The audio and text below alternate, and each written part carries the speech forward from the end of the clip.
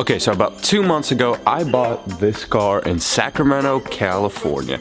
It's a 2006 BMW 330ci ZHP, which, if you have any idea what that means, you know that this is an Easter egg of an E46. Since then, I've driven it to Sacramento and to Oregon, Los Angeles, and back to Oregon, and then to Mexico and back to Oregon, and it's clocked in at 85,000 miles right now. I bought it at 77, which means I've already put 8,000 miles on this car. With that, I had to do a lot of service and maintenance, and today we're doing some of the stuff that I'm a little bit late on, 5,000 miles late on to be exact. We're doing transmission fluid change, diff fluid change, and also I have a few things that I need to decide on. I cannot figure out my setup for the wheels. My God, is this more difficult than I thought. We might even have to do an at-home alignment. Like, that's the point we're at. With that said, let me show you around a little bit what we're gonna be working with here today and just overall how the project is looking.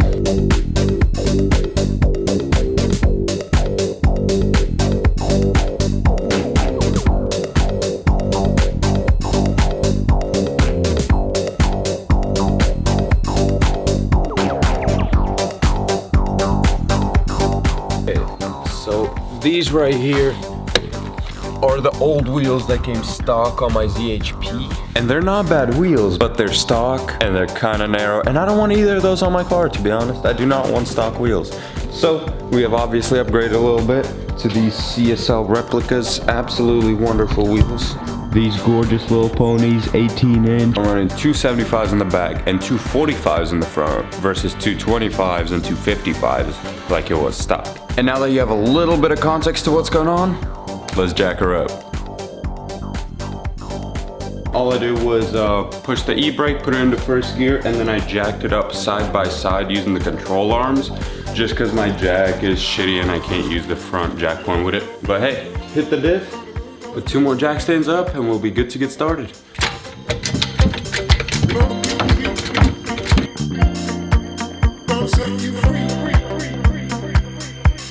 This right here is going to be the rear jack point, so I'm going to move the jack stand just right under here. Just like this, I should be good to go.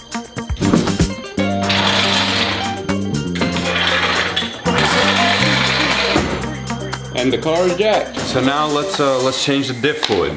What I'm going to use for diff is some of this Royal Purple 75W90. It should work just fine for the diff. We'll need a 14mm Allen to open up the drain and fill plug. And I got a drain pan waiting for me on the other side. Let's get that nasty fluid out of her, because at 85K, never changed. Ooh, not the best, not the best.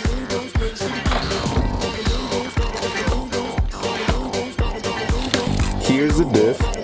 This right here is the fill plug, because the fill plug is always higher than the drain plug, and the drain plug will be right here. Got a drain right over here, and we're just gonna get this moving. Okay,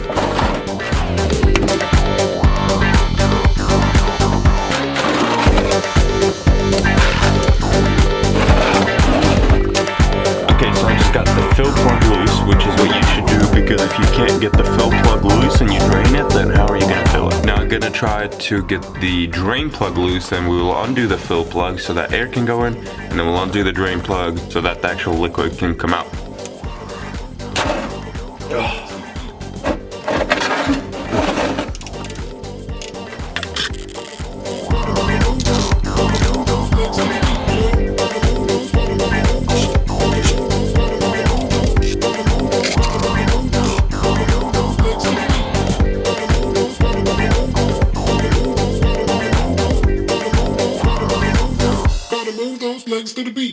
The diff is officially draining. I will let it drain for about 5 or 10 minutes just to make sure that we get as much out as possible, and then we'll start pumping in new liquid. I know it's a how-to tutorial, guide through, whatever, but man, I just want to pause for a second, just acknowledge how beautiful this baby is right here.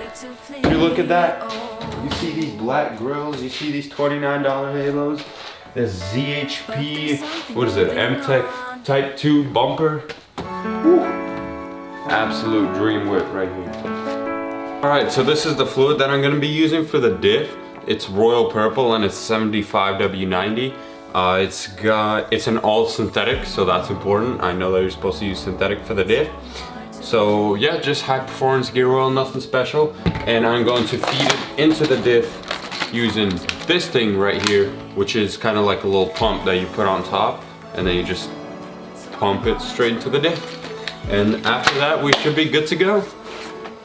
You know, I hate servicing this diff because I really hate this diff. I really want to get an LSD of some sort, but bro, they're so expensive. Spending like $999 for just like the inside part of an LSD and then having to have it installed and everything. Probably if you use a shop, like $1,500, $1,800 it would run your total just to be able to slide like a cool dude. Oh no, bro, I'm kind of sliding with that open diff and it feels fine. Okay, so this is what it looks like once you actually put the thing on top. You'll just have this right here. We'll put that straight into the feeding, the feeding hole or the fill-up hole for the diff, and then we'll just push on that, and as you can see, it'll just come out right here. And that's all we gotta do. No!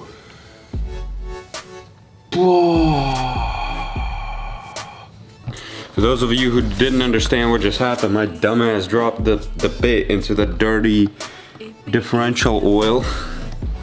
So now I gotta pull it out. Now I ran out of rubber gloves.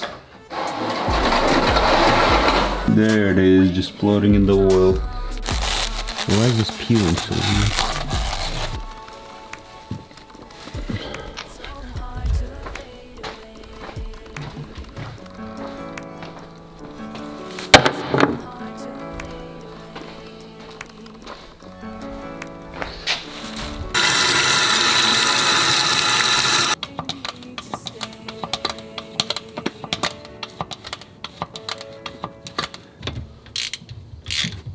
Okay, and just like that, the diff service is done.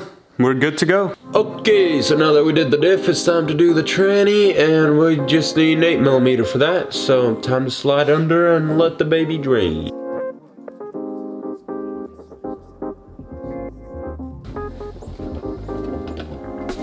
So same as before, we want to undo the actual fill plug first to make sure we'll have access to it after we undo the drain plug, which is a little bit higher up, just on the right side of the transmission box.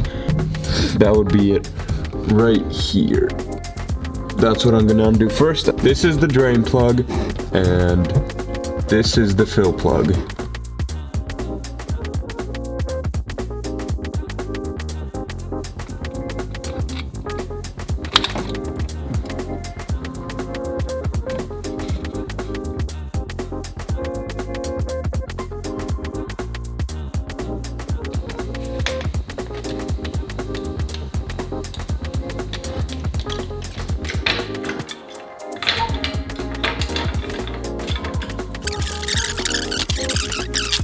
Ugly.